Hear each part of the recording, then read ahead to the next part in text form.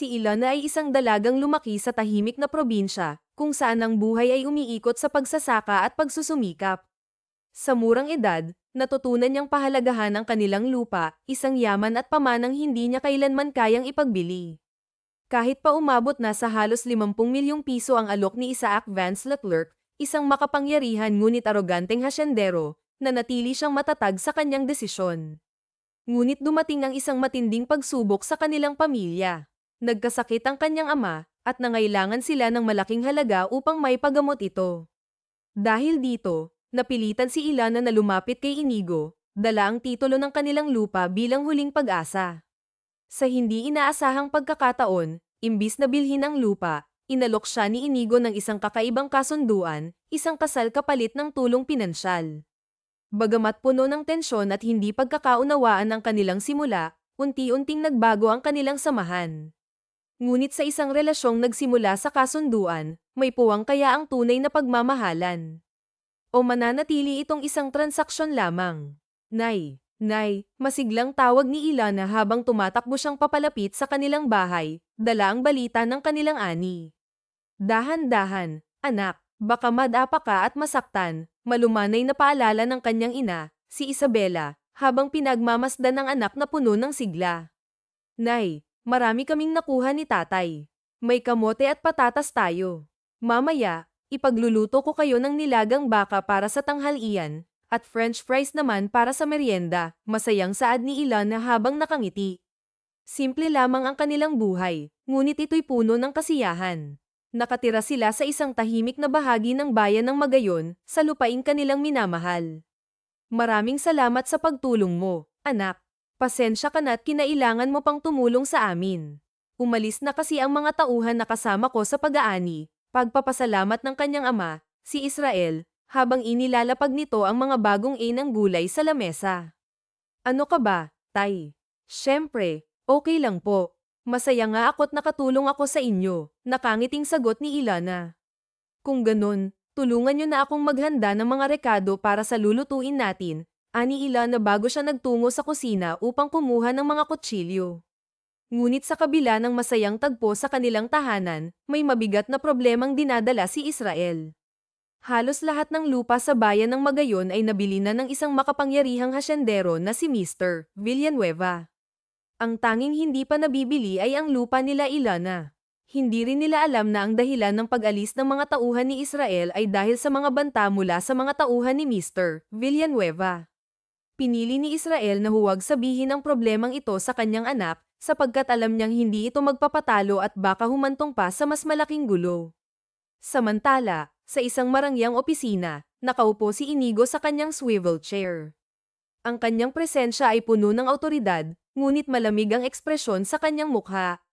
Habang iniinom niya ang alak sa kanyang baso, may kumatok sa pinto. Come in. Malamig niyang tugon, na tila nagpapahiwatig ng kawalang interes. Magandang umaga, Mr. Villanueva. Narito po ang ulat mula sa huling lupa na hindi pa ninyo nabibili sa Magayon. Kagaya ng dati, tumanggi pa rin si Mr. Lopez na ibenta ang lupa, magalang na saad ng tauhan ni Inigo, dahilan upang mapahigpit ang hawak nito sa baso ng alak. Nauubusan na ako ng pasensya sa lalaking yun.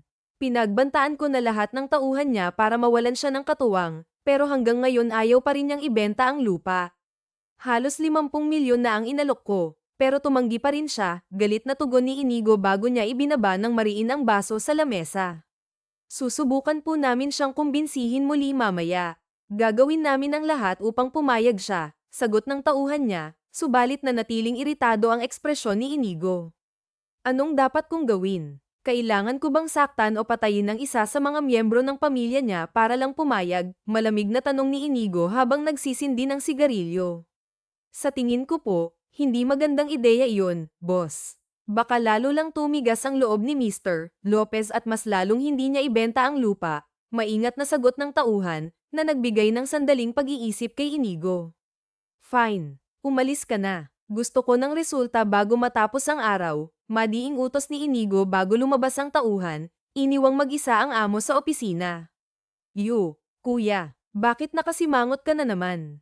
Ayaw mo ba akong makita? Pabirong tanong ng kapatid niyang si Ian nang biglang pumasok ito sa opisina, kasabay ng paglabas ng tauhan ni Inigo. Anong ginagawa mo dito? Kung nandito ka lang para asarin ako, umuwi ka na. Marami akong iniisip, malamig na sagot ni Inigo, dahilan para magtampong magkunwaring napanguso si Ian. Kuya naman, laging ganyan ang treto mo sa akin. Huwag kang masyadong seryoso. Sige ka, baka wala nang magkagusto sa'yo, pangaasar ni Ian habang pabirong naupo sa sofa. Kung nandito ka lang para magkalat ng walang kwentang opinyon, umalis ka na, madiing saad ni Inigo. Samantala, sa bahay ng pamilya Lopez, abala si Ilana sa paghiwa ng patatas para gawing meriendang French fries. Wala ang kanyang ama, si Ivan Laurent Lemoyne, dahil pumunta ito sa kabilang bayan upang bumili ng buto para sa susunod nilang tanim. Tahimik ang paligid hanggang sa biglang may humantong sasakyan sa harap ng kanilang bahay. Malalakas ang kalampag sa kanilang gate na ikinainis ni Ilana. Sino ba ang mga to? Bakit parang sila pa ang galit? Naisip niya habang nagmamadaling lumabas ng bahay. Sa labas, nakita niya ang ilang hindi pamilyar na lalaki. Nandito ba si Ivan Laurent Lemoyne? Kailangan namin siyang makausap, marahas na tanong ng isa sa mga lalaki. Wala po si tatay. Sino po ba kayo at anong kailangan niyo sa kanya? Tanong ni Ilana, pilit pinapanatili ang kalmado niyang tono. Kailangan niyong umalis sa lupang ito. Huwag na kayong magmatigas at hayaan niyo na lang kaming bilhin ito, madiing sagot ng isa sa mga lalaki. Mawalang galang na po, pero hindi namin ibebenta ang lupa namin. Kaya kung wala na po kayong ibang sasabihin, maaari po bang umalis na kayo? Matapang na tugon ni Ilana, sabay akmang isasara ang gate. Ngunit pinigilan siya ng lalaki, sabay sabing, pinahihirapan niyo lang ang sarili niyo. Kung ayaw niyong mapahamak kayong buong pamilya, ibenta niyo na ang lupa. Pakisuyo lang po, umalis na kayo sa lugar na ito, madiing saad ni Ilana habang pilit na pinipigilan ang galit sa kanyang boses. 100 milyon para sa lupa niyo, tugon ng tauhan ni Mr. Villanueva, sabay higpit ng hawak sa braso ng dalaga. Hoy, anong ginagawa niyo sa anak ko? Bitawan niyo siya, sigaw ni Israel, ang ama ni Ilana, nang dumating ito. Speaking of the devil, narito ka na rin, mapanuyang sagot ng lalaki. Wala kaming ginagawang masama sa anak mo. Pero baka magbago ang ihip ng hangin kung patuloy mong tatanggihan ang alok namin para sa lupa mo, dagdag pa niya na may halong pagbabanta. Nag-init ang ulo ni Ilana sa narinig. Kung iniisip nyo na matatakot kami dahil sa mga pagbabanta nyo, nagkakamali kayo. Hindi namin ibebenta ang lupa namin kahit mag-alok pa kayo ng ginto. Umalis na kayo, mariing sagot ni Ilana habang itinataboy ang mga lalaki.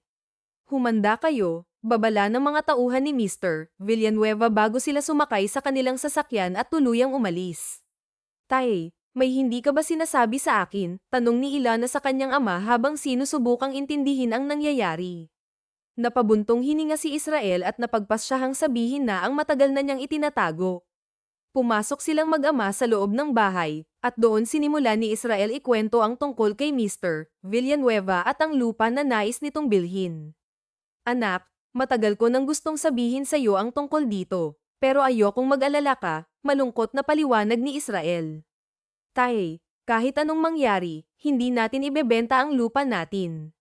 Wala akong pakialam kung sino pa yang Mr. Villanueva na yan, mariing tugon ni Ilana, puno ng determinasyon. Tumango na lamang si Israel, bagamat bakas ang pag-aalala sa kanyang mukha. Nay, ako na po ang magluluto ng French fries. Magpapahangin lang po ako sandali sa labas upang makapag-isip-isip, pakiusap ni Ilana sa kanyang ina. Sige, anak, basta bumalik ka agad, ha? Sagot ni Isabela bago lumabas si Ilana. Naglakad-lakad siya papunta sa dulo ng kanilang lupa, kung saan may duyan siyang ipinagawa. Doon niya balak magpahinga at magpalamig ng ulo. Habang papalapit siya sa duyan, biglang may kabayong lumabas mula sa kakahuyan at muntik na siyang masagasaan. Natamba si Ilana sa gilid at napasigaw. Aray, bulalas niya habang tumatayo, hawak ang bahagyang nasaktang braso. Agad siyang tumingin sa lalaking nakasakay sa kabayo, ngunit natigilan siya nang magtama ang kanilang mga mata. Parang bumagal ang oras, ngunit agad din niyang binalik ang kanyang wisyo. Hoy, lalaki, wala ka bang pakialam? Bakit hindi ka tumitingin sa dinadaanan mo? Galit na sigaw ni Ilana. Watch your mouth, babae.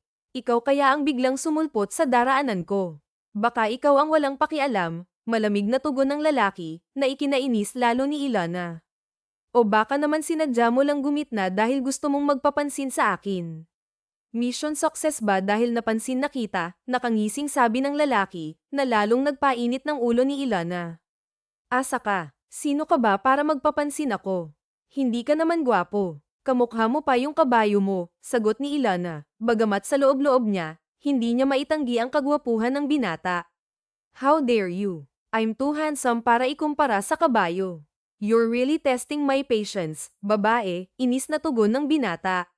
Wala akong pakialam sa'yo. Pumunta ako dito para maghanap ng katahimikan, pero sinusubukan talaga ako ng tadhana. Makaalis na nga, mariing sabi ni Ilana bago siya padabog na lumakad palayo. Samantala, sa mansyon ni Inigo Villanueva, galit na galit ang binata habang nagre-rant sa kanyang kapatid na si Ian. Can you believe it? May babaeng nagsabi na mukha raw akong kabayo. Ako, mukhang kabayo. Reklamo ni Inigo habang padabog na umupo sa sofa. Ha ha ha, kuya, baka naman totoo, biro ni Ian, na ikinainis lalo ni Inigo.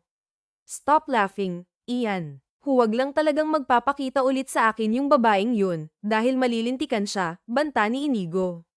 Makalipas ang ilang linggo, patuloy ang pagbisita ng mga tauhan ni Mr. Villanueva sa pamilya Lopez upang kumbinsihin silang ibenta ang lupa. Ngunit nananatili ang pagtanggi ng pamilya. Isang araw, habang nagtatanim sila, biglang hinimatay si Israel. Dinala siya agad sa ospital, at doon nalaman ni Ilana ang masakit na balita, may cancer ang kanyang ama at kinakailangan ng malaking halaga para sa kanyang gamutan.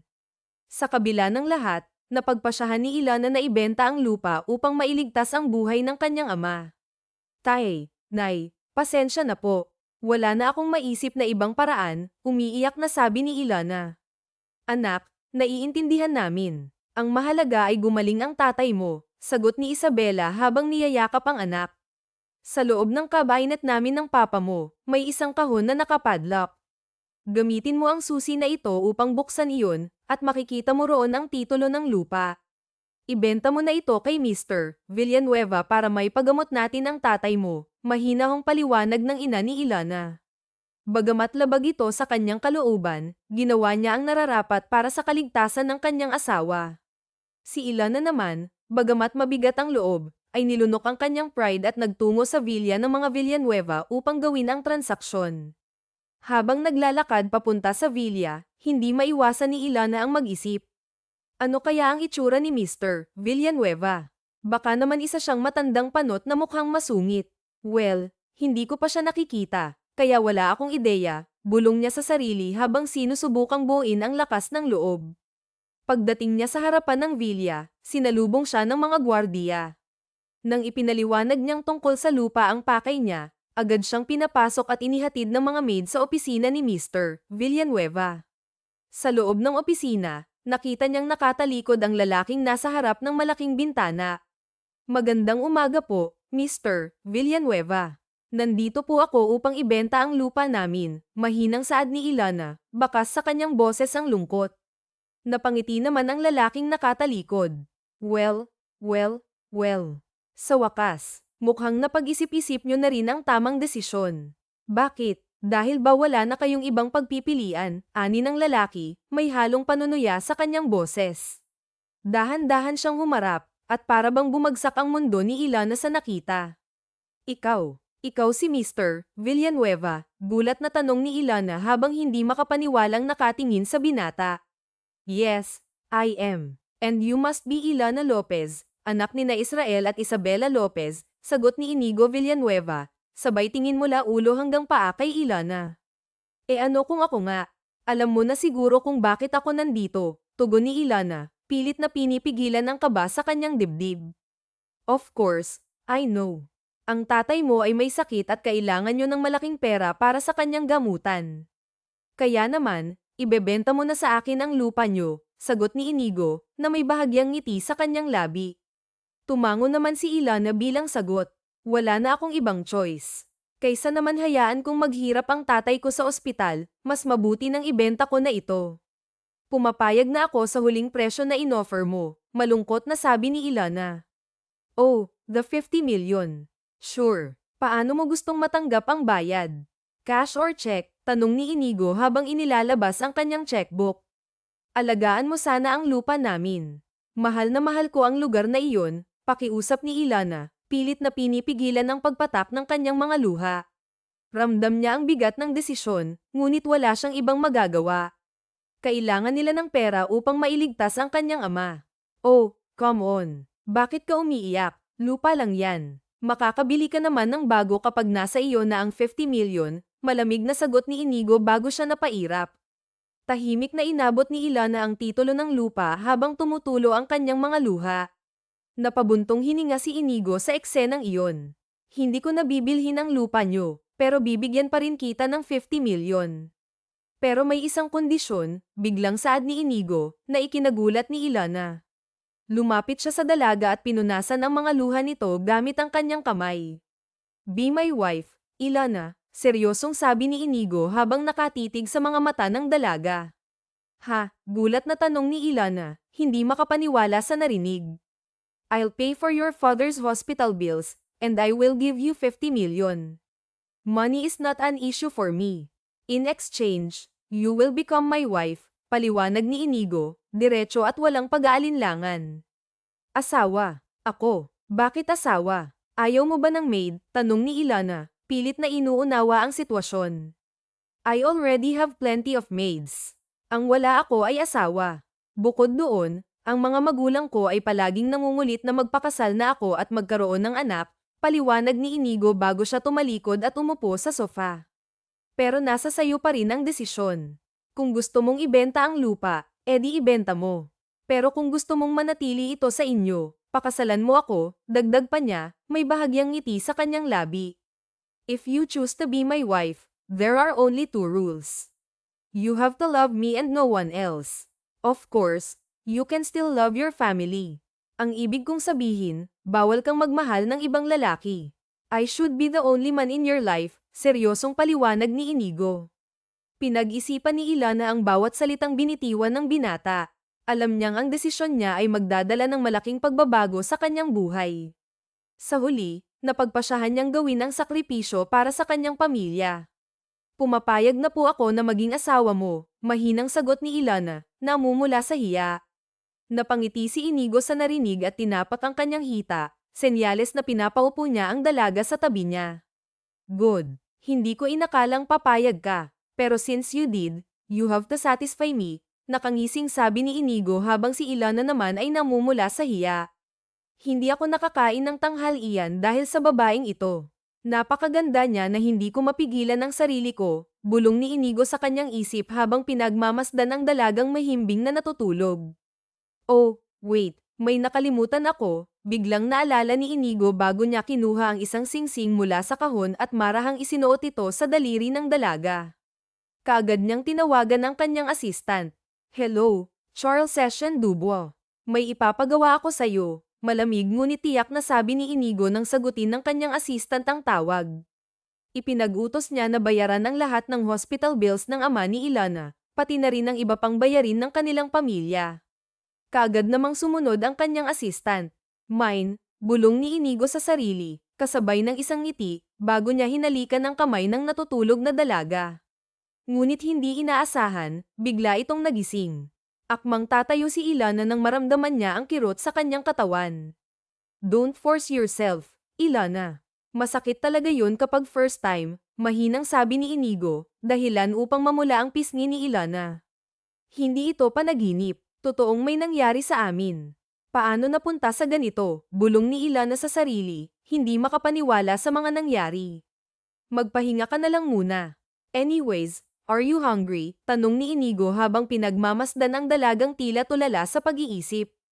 Are you hungry, Ilana? Muling tanong ng binata, kaya't napabalik sa wisyo si Ilana. Tumango ito, bagamat halatang abala pa rin ang isip sa mga nangyari.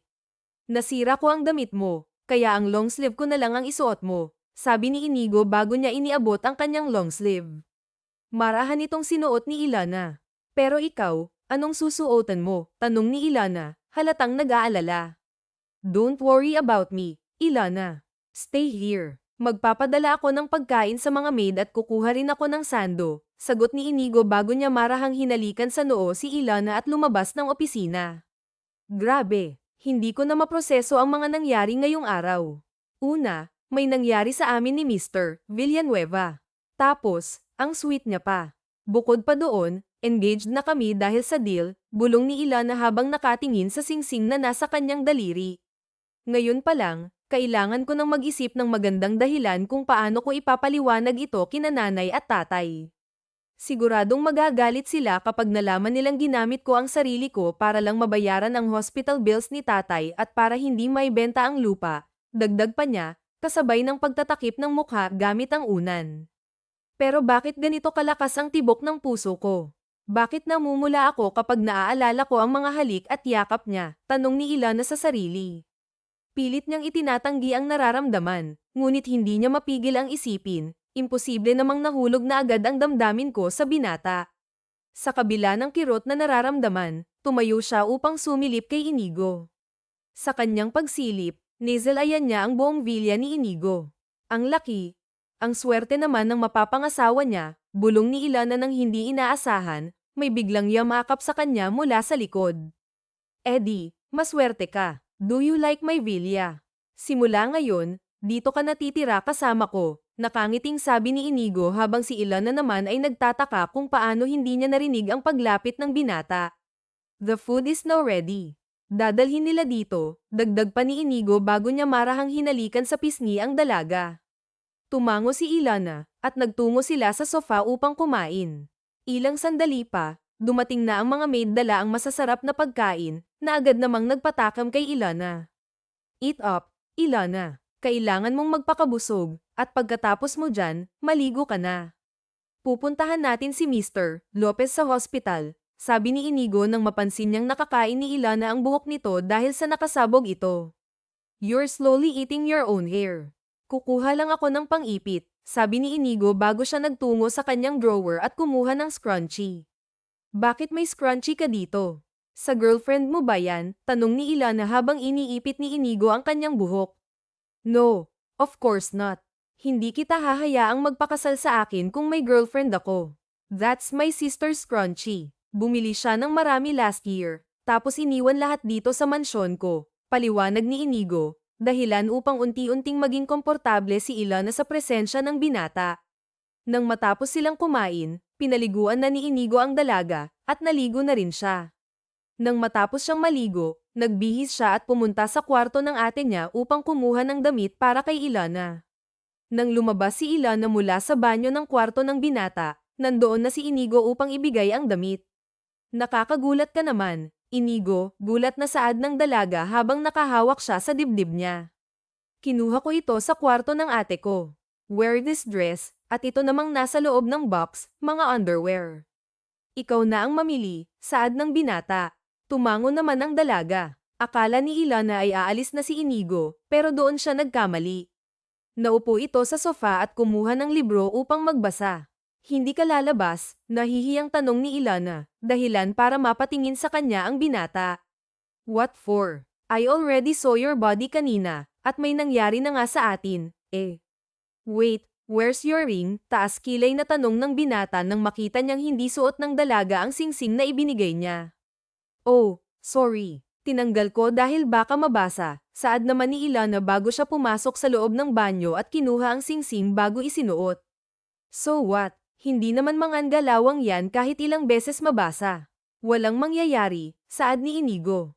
Hindi ka ba talaga lalabas? Muling tanong ni Ilana sa binata. No, I'm reading a book. Kaya magbihis ka na, saad ni Inigo.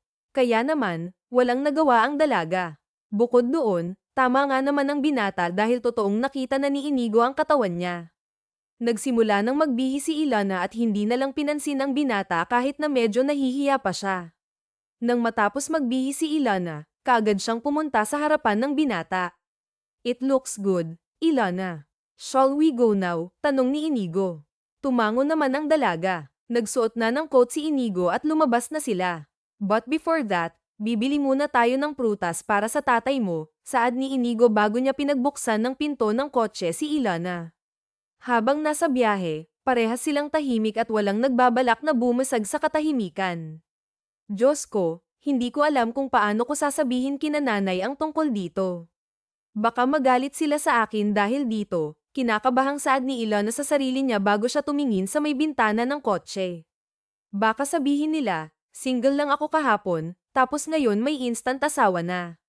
Tsaka nung isang linggo lang, kakasabi ko lang kay nanay na ayokong mag-asawa, nakangusong saad niya sa sarili. Napansin naman ng binata ang pagnguya ng dalaga kaya pinisil niya ang pisngi nito. Stop pouting. You look cute, and it's distracting me, saad ni Inigo bago siya humawak sa hita ng dalaga habang patuloy sa pagmamaneho. Sandali silang bumili ng mga prutas bago sila dumiretso sa ospital. Huwag ka ng kabahan, Ilana. Ako na ang baalang magpaliwanag sa ama mo tungkol sa relasyon natin, saad ng binata habang si Ilana naman ay tahimik na nag-aalala. Naman ay hindi pa rin mapakali hanggang sa nasa tapat na sila ng pinto ng kwarto ng ama ni Ilana. Huminga ng malalim ang dalaga bago niya binuksan ang pinto at pumasok. Ilana, anak, ikaw na pala yan, masayang saad ni Isabel bago niya niyakap ang anak. Ngunit kaagad namang napabitaw si Isabel nang makita niya kung sino ang nasa likuran ni Ilana. Nay, tay, siya po si Isaac Vance Leclerc, pagpapakilala ni Ilana kay Inigo sa kanyang mga magulang at kapatid. Hindi makapaniwala si Isabel at Israel sa nakita nila. Kilala at alam nilang ang lalaking pilit na bumibili ng lupa nila ay ang binatang ito. Anong ginagawa mo dito? May halong inis na tanong ni Israel kay Inigo. Good afternoon po, Mr. Lopez. I'm here to pay you a visit with Ilana. Formal na saad ni Inigo bago siya humarap kay Isabel. Mrs. Lopez, ito po ang mga prutas para kay Mr. Lopez, nakangiting aniya. At kaagad namang tinanggap ni Isabel ang prutas na ibinigay ni Inigo. Bakit ka pa nagpunta dito? Hindi ka pa ba masaya na nakuha mo na ang gusto mo? Nakuha mo na ang lupa namin, kaya bakit nandito ka pa? Tanong ni Israel, dahilan para mapabuntong hininga si Inigo. To tell you the truth, hindi ko po binili ang lupa ninyo. I really wanted to buy that lot, pero hindi ko binili dahil sa anak ninyo, pagkukwento ni Inigo. Dahilan para mapataas ang kilay ni Israel. Pagpasensyahan niyo na po kung tinago namin ito sa inyo. Pero matagal na po kaming may relasyon ni Ilana. Hindi ko po alam na ang babaeng minamahal ko ay anak ninyo. Kung hindi pa po nagpunta si Ilana sa bahay ko upang ibenta ang lupa, ay hindi ko pa malalaman. Mahal ko po ang anak ninyo, kaya hindi ko nabibilhin ang lupa dahil ayaw kong mapalayo siya sa akin, seryosong saad ni Inigo bago niya hinawakan ang kamay ng dalaga. Pero ang dahilan kaya namin ibinebenta ang lupa sa iyo'y may kailangan kaming bayaran, saad naman ni Isabel. Huwag na po kayong mag-alala tungkol dyan, Mrs. Lopez. Ako na po ang nagbayad, sagot ni Inigo. Pero bakit? Wala kang makukuha pabalik kahit bayaran mo iyon dahil hindi mo naman binili yung lupa, saad ni Israel. Wala na po akong ibang hiling kung hindi ang payagan niyo po akong ibigin ang inyong anak. Mahal na mahal ko po si Ilana, at siya na po ang babaeng gusto kong pakasalan. Kahit po paluhurin niyo ako sa inyong harapan, ay handa po akong gawin iyon para lang po aprobahan niyo ang aming pagmamahalan, saad ni Inigo. Nakita ni Israel kung gaano determinado ang binata sa pagmamahal sa kanyang anak, kaya naman napabuntong hininga na lang siya. Wala ako sa posisyon para pigilan ang pagmamahalan niyo. Kaya kung mahal ka talaga ng anak ko at mahal mo siya, wala akong magagawa. Nga pala, tito o tatay na lang ang itawag mo sa akin. Medyo nakakailang kasi kapag mister, saad ng ama ni Ilana bago itong ngumiti. Maraming salamat po, tay. Alam ko pong nagsimula tayo ng hindi maayos, pero ngayon ay itatama ko na po iyon para sa anak ninyo, nakangiting saad ni Inigo bago siya tumingin sa dalaga. Ako din, tita. O nanay na lang ang itawag mo sa akin, saad naman ni Isabel. Maraming salamat po. Nay, saad ni Inigo, dahilan para mapangiwi si Ilana. Grabe ang acting skills ng lalaking to. Ni hindi man lang nagduda ang mga magulang ko dahil sa mga pinagsasabi niya, manghang saad ni Ilana habang nakatingin siya kay Inigo. Tsaka ang bilis niya, nakikinay at tatay rin siya sa mga magulang ko. Pumasa siya sa nanay at tatay ko. Ang tanong, papasa ba siya sa kapatid ko? Tanong ni Ilana bago niya inikat ang paningin at nakita niya si Ben na nakasimangot habang nakatingin kay Inigo. Sino ka po? At bakit po ang lapit-lapit niyo ni ate? Tsaka bakit niyo po tinatawag nanay at tay sila nanay at tatay? Eh hindi ka naman po namin kapatid, nakangusong saad ni Ben na kumuha sa atensyon nilang lahat. Siya ba yung sinasabi mo sa akin na kapatid mo? Tanong ni Inigo, at tumango naman ang dalaga. Napaka-cute na bata naman, pero bakit parang galit siya? Dagdag pa ng binata. Siya ang boyfriend ng ate mo, Ben. Mag-hi ka kay Kuya Inigo mo, saad ni Isabel. Pero base pa lang sa ekspresyon ng mukha ni Ben, ay halatang ayaw nito. Ayoko. Hindi ako papayag na may umagaw kay ate, sigaw ni Ben na nagpatawa sa kanilang lahat. Anak, ang ate mo ay nasa tamang edad na para magkaroon ng kasintahan, saad ni Isabel sa anak. Pero ayaw talaga nito. Kahit anong pilit nila, ay ayaw pumayag ni Ben. Pagpasensyahan mo na yung kapatid ko, ha? Hindi niya alam ang sinasabi niya. Tsaka bata pa kasi si Ben para maintindihan niyang mga ganitong bagay, saad ni Ilana habang nakasakay na sila sa kotse papauwi. That's okay. As long as okay na tayo sa mga magulang mo, ay okay na rin sa akin. Anyways, ihahatid na lang kita sa mansyon mamaya at may kailangan akong puntahan ngayon. Kapag nagugutom ka, ay pwede kang magpaluto sa mga maid o kaya naman ay pwede kang magluto, anang binata habang patuloy siya sa pagmamaneho. Nga pala, habang wala tayo, ay inutusan ko yung assistant ko na ibili ka ng mga kakailanganin mong gamit. Kung pakasalan kahit po paluhurin niyo ako sa inyong harapan, ay handa po akong gawin yun para lang po aprobahan niyo ang aming pagmamahalan. Nakita ni Israel kung gaano determinado ang binata sa pagmamahal sa kanyang anak, kaya naman napabuntong hininga na lang siya. Wala ako sa posisyon para pigilan ang pagmamahalan niyo. Kaya kung mahal ka talaga ng anak ko at mahal mo siya, wala akong magagawa. Nga pala, tito o tatay na lang ang itawag mo sa akin. Medyo nakakailang kasi pag mister, saad ng ama ni Ila na bago itong umiti. Maraming salamat po, tay. Alam ko pong nagsimula tayo ng hindi maayos, pero ngayon ay itatama ko na po yun para sa anak ninyo, nakangiting saad ni Inigo bago siya tumingin sa dalaga. Ako din, tita. O nanay na lang ang itawag mo sa akin, saad naman ni Isabel. Maraming salamat po, nay, saad ni Inigo, dahilan para mapangiwi si Ilana. Grabe ang acting skills ng lalaking to. Ni hindi man lang nagduda ang mga magulang ko dahil sa mga pinagsasabi niya, manghang saad ni Ilana habang nakatingin siya kay Inigo. Tsaka ang bilis niya, nakikinay at tatay rin siya sa mga magulang ko. Pumasa siya sa nanay at tatay ko. Ang tanong, papasa ba siya sa kapatid ko? Tanong ni Ilana bago niya inikat ang paningin at nakita niya si Ben na nakasimangot habang nakatingin kay Inigo. Sino ka po? At bakit po ang lapit-lapit nyo ni ate? Tsaka bakit nyo po tinatawag nanay at tay sila nanay at tatay? Eh hindi ka naman po namin kapatid, nakangusong saad ni Ben na kumuha ng atensyon nilang lahat. Siya ba yung sinasabi mo sa akin na kapatid mo? Tanong ni Inigo, at tumango naman ang dalaga. Napaka-cute na bata naman, pero bakit parang galit siya? Dagdag pa ng binata. Siya ang boyfriend ng ate mo, Ben. Mag-hi ka kay Kuya Inigo mo, saad ni Isabel. Pero base pa lang sa ekspresyon ng mukha ni Ben, ay halatang ayaw nito. Ayoko. Hindi ako papayag na may umagaw kay ate, sigaw ni Ben na nagpatawa sa kanilang lahat. Anak, ang ate mo ay nasa tamang edad na para magkaroon ng kasintahan, saad ni Isabel sa anak. Pero ayaw talaga nito. Kahit anong pilit nila, ay ayaw pumayag ni Ben. Pagpasensyahan mo na yung kapatid ko, ha? Hindi niya alam ang sinasabi niya. Tsaka bata pa kasi si Ben para maintindihan niyang mga ganitong bagay, saad ni Ilana habang nakasakay na sila sa kotse papauwi. That's okay. As long as okay na tayo sa mga magulang mo, ay okay na rin sa akin. Anyways, ihahatid na lang kita sa mansyon mamaya at may kailangan akong puntahan ngayon. Kapag nagugutom ka, ay pwede kang magpaluto sa mga maid o kaya naman ay pwede kang magluto, anang binata habang patuloy siya sa pagmamaneho.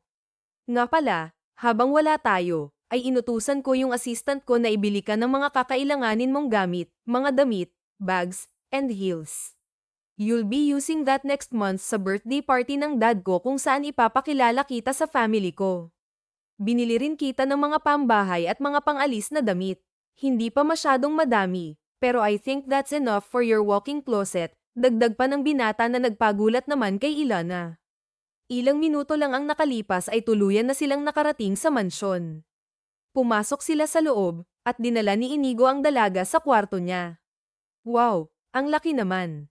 Tsaka color pink, masayang saad ng dalaga bago siya umupo sa kama na kulay pink din. I'm glad you like it. Na-figure out ko na mahilig ka sa kulay pink because of your underwear and bra, kaya pinapalitan ko sa mga medium bedsheets. Pero yung wall ay matagal ng pink. This used to be my sister's bedroom bago pa siya lumipat doon sa kwarto niya sa taas, paliwanag ni Inigo.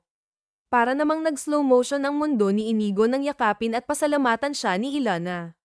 Always welcome, nakangiting saad ni Inigo bago niya hinaplos ang ulo ng dalaga. It's already 7 p.m., kaya aalis na ako. Pumunta ka na lang sa kitchen kapag nagugutom ka. Rest and sleep, saad ng binata bago niya hinalikan sa noo si Ilana at umalis. Para namang kamati si Ilana nang mamula siya dahil sa hiya at kilig na nararamdaman niya. Umalis na kaagad si Inigo at naiwan sa mansyon si Ilana. Dahil nagugutom siya, ay kaagad siyang nagtungo sa may kusina upang kumain. Mabait at approachable ang mga maid dito, kaya naman naging komportable kaagad si Ilana sa mansyon ni Inigo. Nang matapos kumain ang dalaga, ay kaagad siyang nagtungo sa kwarto niya. Nakita niya ang mga bagong damit at kumuha siya ng pantulog doon. Ang ganda naman ng sleepwear na to. Ay, teka, may tag pa, may tingin ang dalaga. Hindi na natapos ni Ilana ang sasabihin niya nang makita niya yung presyo. Sana pala hindi ko nalang tiningnan yung presyo. Show ka, bakit parang ang mahal naman ito? Halos 10 piraso pa naman yung nandito. Pantulog lang, ganito kamahal. Hindi makapaniwalang saad ni Ilana bago niya tinanggal yung tag. Nang maisuot niya na ang pantulog, ay kaagad siyang nahiga upang magpahinga na. Mahimbing siyang nakatulog. Ilang minuto lang, 5:00 ng madaling araw, nang magising si Ilana. Kaagad siyang lumabas upang mag-umaga. Nagtanong siya sa mga maid kung nakita ba nila si Inigo, pero hindi pa daw ito umuwi. Dahil doon, medyo nag-alala ang dalaga. Nasaan kaya siya? Tanong ni Ilana habang kasalukuyang nagsusuklay ng buhok. Kasabay nito, naging 6:00 na ng umaga at balak niyang pumunta sa ospital dahil wala siyang magawa sa mansyon. Good morning, ma'am. May pupuntahan po ba kayo? Tanong ni Killian Emile Russo, ang driver ni Inigo. Good morning po. Opo, pupunta po ako sa ospital, bati pabalik ng dalaga kay Killian Emile Russo. Ganun po ba? Sige, ihahatid ko na po kayo.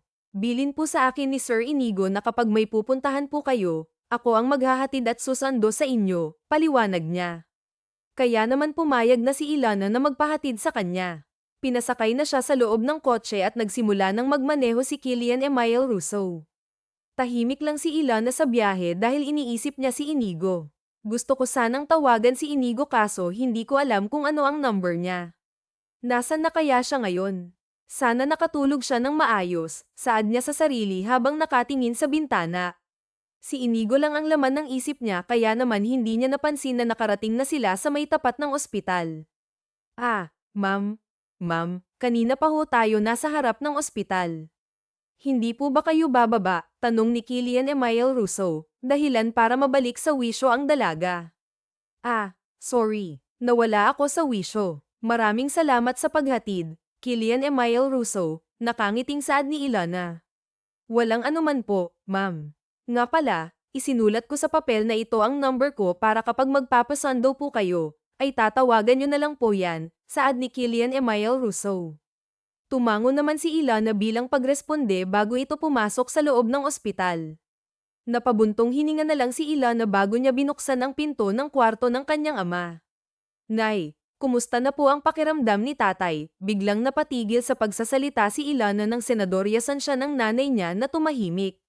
Para siyang tinamaan ng pana ni Cupido nang makita niya si Inigo na kasalukuyang natutulog sa sofa habang nakapatong dito si Ben, na kasalukuyang natutulog rin.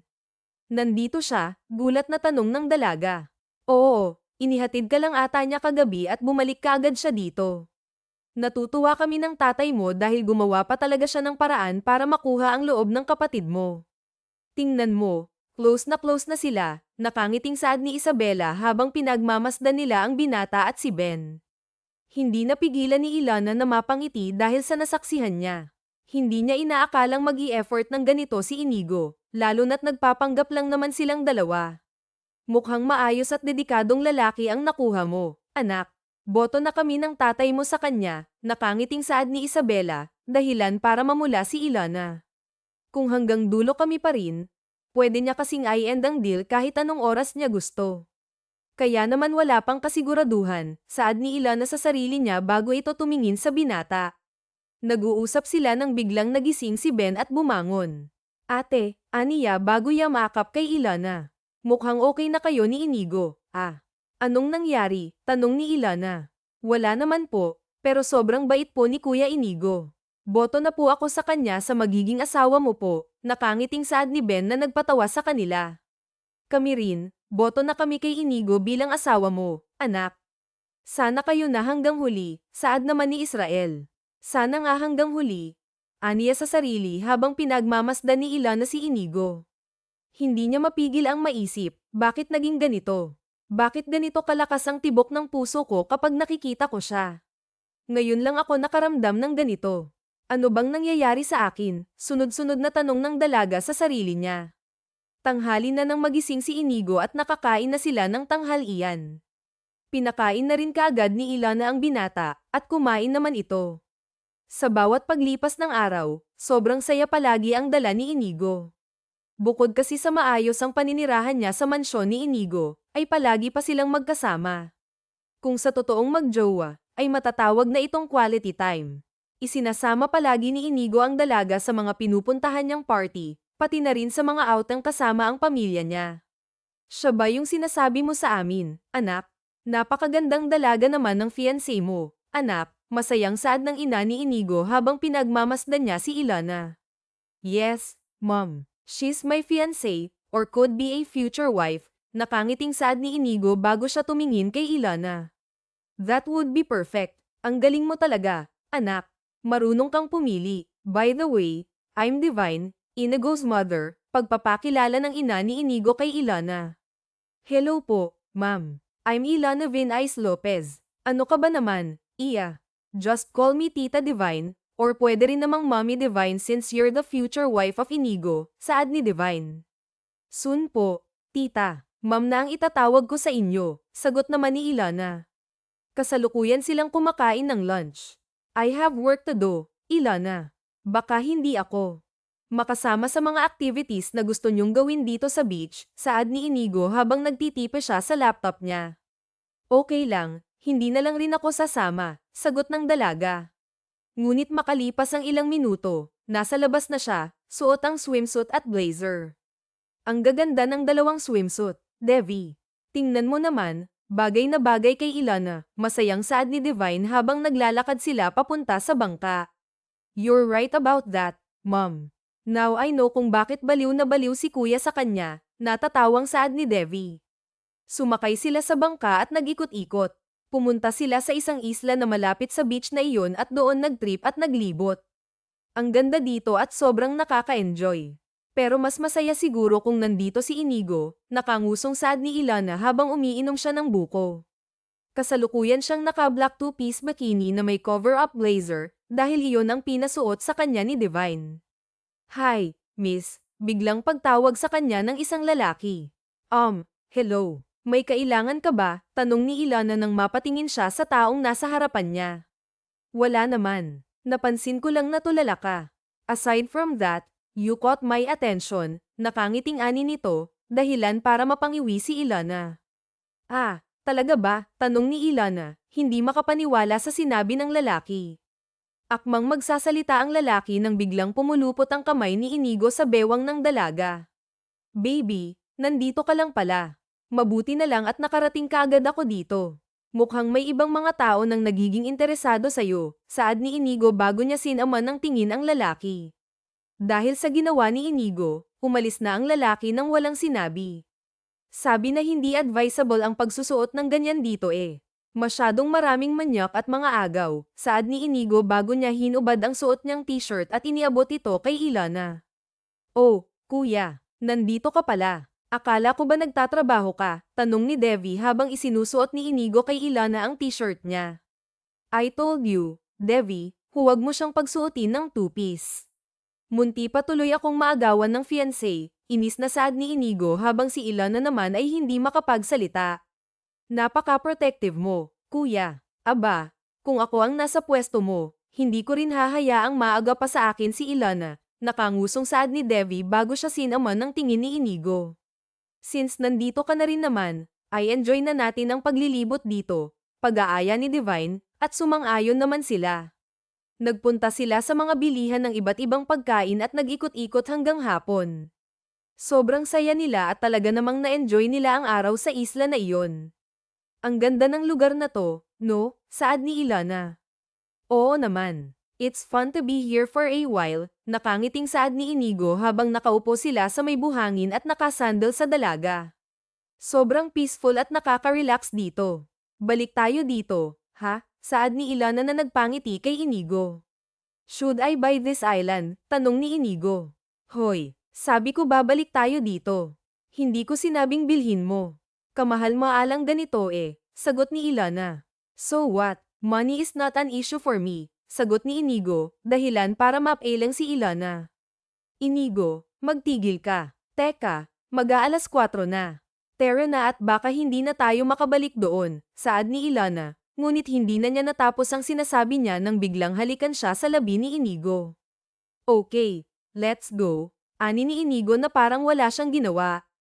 Tumayo na siya habang namula naman si Ilana sa hiya bago siya sumunod. Tumungo na sila sa meeting spot nila kasama sina Divine at Devi. Mag-aalas 5 na nang makarating sila sa isla kung nasaan ang hotel nila. Nagbihis sila at kumain ng dinner.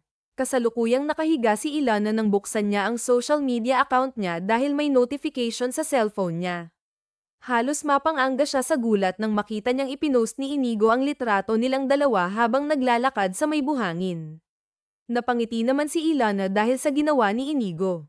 Napaka-unexpected nito, ha? Akala ko kasi imposibleng may post niya ako sa mga social media account niya, saad ni Ilana sa sarili niya. Lumabas si Inigo mula sa banyo, kasalukuyang kakatapos lang nitong magbihis ng pantulog. Humiga na siya sa kama. I'm tired, Ilana. We did a lot of activities today, nakangusong ani ni Inigo bago siya yamakap sa dalaga. Nag-enjoy ka ba? Tanong ni Inigo. Yes, of course. Kasama kita eh. Maybe next time we go back here, we should bring your parents and Ben. Sigurado akong mag-e-enjoy yun, sagot ni Ilana. Napapangiti na lang si Ilana tuwing ini-include ni Inigo ang pamilya niya sa usapan nilang dalawa. Nag-usap lang silang dalawa hanggang sa makatulog na si Inigo habang nakayakap kay Ilana. Masaya at panatag ang loob ni Ilana tuwing kasama niya si Inigo. Para bang mag-asawa na ang turing nila sa isa't isa kahit na hindi pa sila ikinakasal. Maayos naman ang lahat hanggang sa naging busy si Inigo sa trabaho niya. Bukod kasi sa isa siyang mayamang hasyendero, meron din siyang mina-manage na mga kumpanya. Pagmamayari niya, mag-aalauna na ng madaling araw. Nasaan na kaya si Inigo? Nag-aalalang saad ni Ilana sa sarili niya habang nakaupo siya sa sofa. Sa totoo lang, antok na siya, pero ilang araw na niyang hindi naabutan si Inigo kaya napagpasyahan niyang hintayin ngayon ang binata. Halos kalahating oras pa ang nakalipas bago siya nakarinig ng busina ng kotse, hudyat na nandito na ang binata. Kaagad siyang tumayo sa kinauupuan niya at binuksan ang pinto upang salubungin si Inigo. Why are you still awake? Yan ang unang sinabi ni Inigo nang makita niya si Ilana. Inaantay kita. Ilang araw na kasi kitang hindi naabutan dito, saad naman ni Ilana bago siya tumungo. Ngayon nakita mo na ako, matulog ka na, sagot ni Inigo. Pero hindi pa natapos ni Ilana ang sasabihin niya nang unahan na siya nito. Huwag ngayon, Ilana. I'm tired and exhausted kaya huwag mo muna akong abalahin. Matulog ka na. Napatango na lang si Ilana dahil sa sinabi ng binata at kaagad siyang umalis doon. Kailangan ko na lang muna siyang intindihin. Siguro dahil sa dami ng ginagawa niya. Sana hindi na siya galit bukas, saad ni Ilana sa sarili niya bago siya humiga sa kama at pinilit ang sariling makatulog. Sa bawat paglipas ng araw, nagpatuloy ang ganoong pangyayari. Umaabot na ng halos 2 buwan na laging busy si Inigo. Bukod doon, palagi pang nahihilo si Ilana tuwing umaga kaya naman palagi na lang siyang naiirita. Minsan, nasisigawan niya ang mga kasambahay, pero humihingi naman siya kaagad ng sorry dahil hindi niya ito sinasadya. Kasalukuyang naglalakad pababa sa hagdan si Ilana sa kalagitnaan ng gabi dahil nauuhaw siya. Akmang papasok na siya sa loob ng banyo nang makarinig siya ng 2 taong nag-uusap. Evelyn Lea Moro, nakita mo rin ba yung nakita ko kanina? Pumunta si Ma'am Serena Althea Moro dito at nag-usap sila ni Sir Inigo. Bukod doon, umalis pa sila ng magkasama. Sa tingin mo ba magbabalikan na sila? Tanong ng maid na nagngangalang Winona Elodie Blanc. Pero hindi ba may fiancé na si Sir Inigo? Si Ma'am Ilana. Huwag naman sana dahil ang bait-bait ni Ma'am Ilana, saad naman ni Evelyn Lea Moro. Ano ka ba? Bago ka lang kasi. Alam mo bang mahal na mahal ni Sir si Ma'am Serena Althea Moro? Malay mo, baka ginawang rebound lang ni Sir Inigo si Ma'am Ilana, sagot ni Winona Elodie Blanc. Ang sakit nito dahilan para mapako si Ilana sa kinatatayuan niya. Hindi siya makapaniwala sa mga narinig niya. Huli na nang mapagtanto niyang tumutulo na ang mga luha niya dahil sa narinig. Kaagad siyang bumalik sa kwarto niya at doon niya ipinagpatuloy ang pag-iyak. Kung ganun lang pala ako sa kanya, wala na akong dahilan para manatili dito, lumuluhang saad ni Ilana bago siya kumuha ng papel at ballpen. Sumulat siya ng liham kay Inigo, inimpake niya ang mga gamit niya, at umalis na siya doon. Tuwing 3:00 ng madaling araw kasi kumakain ang mga gwardiya, kaya nagkaroon siya ng pagkakataong makaalis nang walang nakakaalam. 8:00 na ng umaga nang makauwi si Inigo sa mansyon nila. Ngayong araw ang simula ng kalahating taon niyang pahinga. Kaya siya sobrang busy nitong mga nakaraan ay ginawa na niya lahat ng trabaho niya para matagal silang magkasama ni Ilana. Mabuti na lang at napaalis ko na si Sam dito kahapon. Baka kung ano pang isipin ni Ilana kapag nakita niya yon. Pumunta ba naman dito para lang makipagbalikan? Aba, bahala siya sa buhay niya. Si Ilana na ang mahal ko. God, I badly wanted to go home with her already. Nakangusong saad niya sa sarili bago siya pumasok sa kwarto niya. Ngunit wala doon si Ilana. Para siyang tinamaan ng kidlat nang makita niyang walang laman ang cabinet ni Ilana. Dahil doon, nagsimula na siyang magpanik habang tinatawag ang pangalan ng dalaga. Where the hell are you, Ilana? Please, don't do this to me.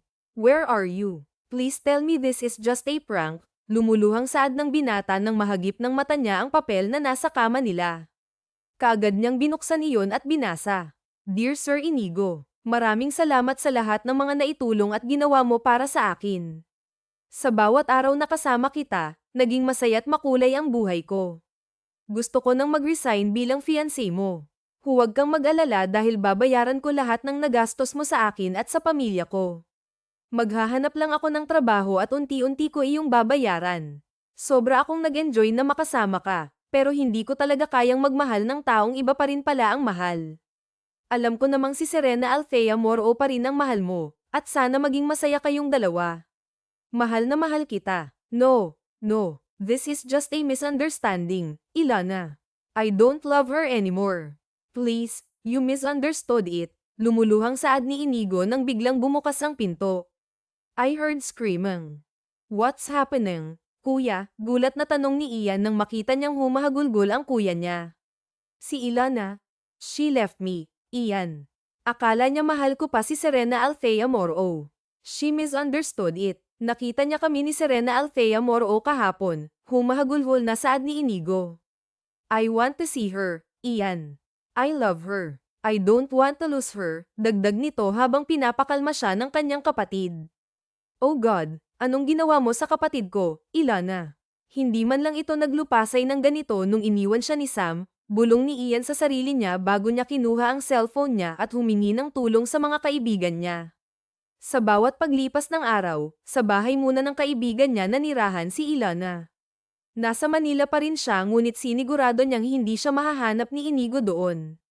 Hintay niya lang ang pinsan niyang galing abroad na pauwi ng Pilipinas sa 1 linggo at sasabay siya papunta sa bahay nito sa probinsya. Hindi mawala si Inigo sa isipan niya, ngunit pilit niya itong kinakalimutan. Sa kabilang banda naman, parang nawala ng saysay ang buhay ni Inigo nang iwan siya ni Ilana. Ipinapahanap na ni Ian ang dalaga pero hindi pa rin nila makita ito. Kaya naman hindi na niya alam ang gagawin sa kuya niya. Kumatok siya sa pintuan ng kwarto ni Inigo bago pumasok. What? Walang emosyon na saad ni Inigo. Kuya, tama na ang pag-inom. Mamamatay ka kapag pinagpatuloy mo yan. Ipapahanap ko na si Ilana kaya itigil mo na yan. Maawa ka naman sa katawan mo, kuya, saad ni Ian bago niya inagaw ang alak kay Inigo. I can't help it. Hindi ako mapakali. I want to see her. I want to hug her. I want to be with her. Ayoko nang mawala pa siya sa akin, Ian, sagot ni Inigo. Napabuntong hininga na lang si Ian dahil sa kalagayan ng kuya niya. Akmang ibababa na niya ang alak sa may lamesa nang tumunog ang cellphone niya. Hello, bro. I finally tracked down Miss Ilana's location. I'll send the address to you. Bilisan nyo dahil papaalis na sila in 30 minutes, balita ni Olivier Sebastian Dufort bago niya sinend ang location ni Ilana kay Ian. Kuya, get up. We already know kung nasaan si Ilana. She's still here in Manila. Tara na at baka hindi na natin siya maabutin, pag-aaya ni Ian. Para namang nabuhayan ng loob si Inigo nang marinig ang sinabi ng kapatid.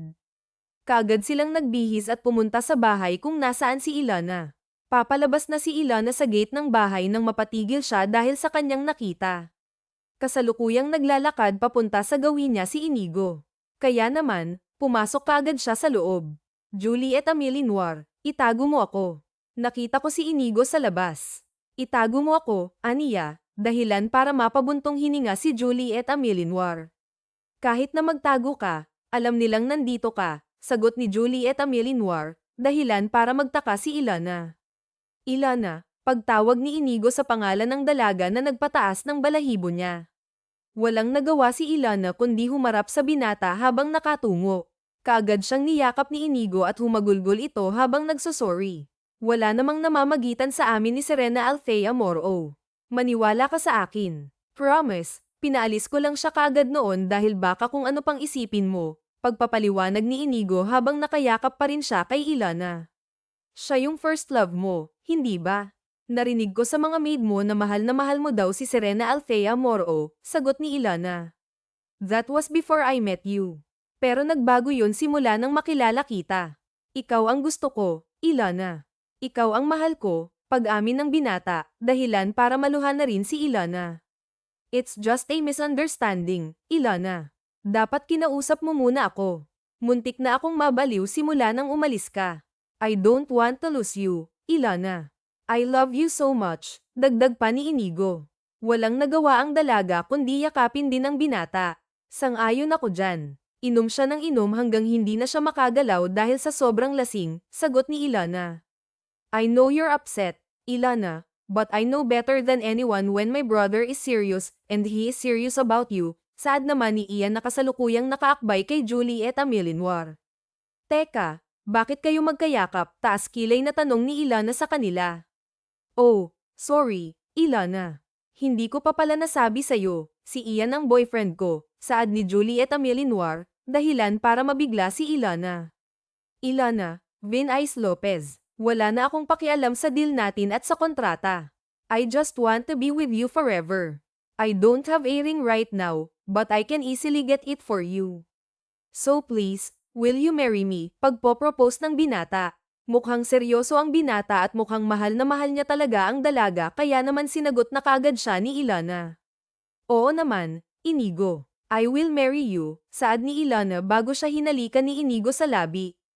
Para namang bulati na binudburan ng asin sina Juliet Amilinoir at Ian nang makita nila ang halikan ni na Ilana at Inigo. Makalipas ang ilang buwan, masaya silang nanirahan sa bahay ni Inigo.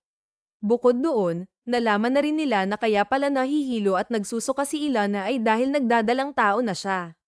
Hindi na nakakapagtaka, nung hindi pa ako busy, nakaka 3 times a day tayo, biro ni Inigo, dahilan para mamula si Ilana.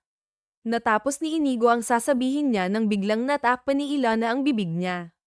Kaya naman pala nabuntis ang kaibigan ko, 3 times a day ba naman? Ano yan? Pagto-toothbrush, natatawang saad ni Juliet Amilinoir.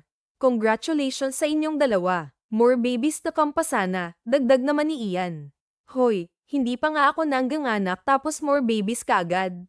Grabe ka naman, Ian, nakangusong saad ni Ilana, dahilan para magtawanan silang lahat.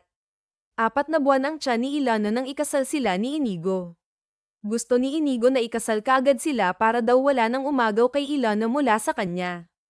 Grande ang kasal nila, parang palasyo ang reception at napakaraming pagkain. Matapos ang kasal, nag-focus sila sa pagbubuntis ni Ilana. Moody si Ilana, palaging tulog at palaging gutom. Kahit na palagi niyang inaaway si Inigo, hindi ito lumalaban sa kanya. Humihingi na lang ito ng sorry at hinahalikan siya para mapakalma.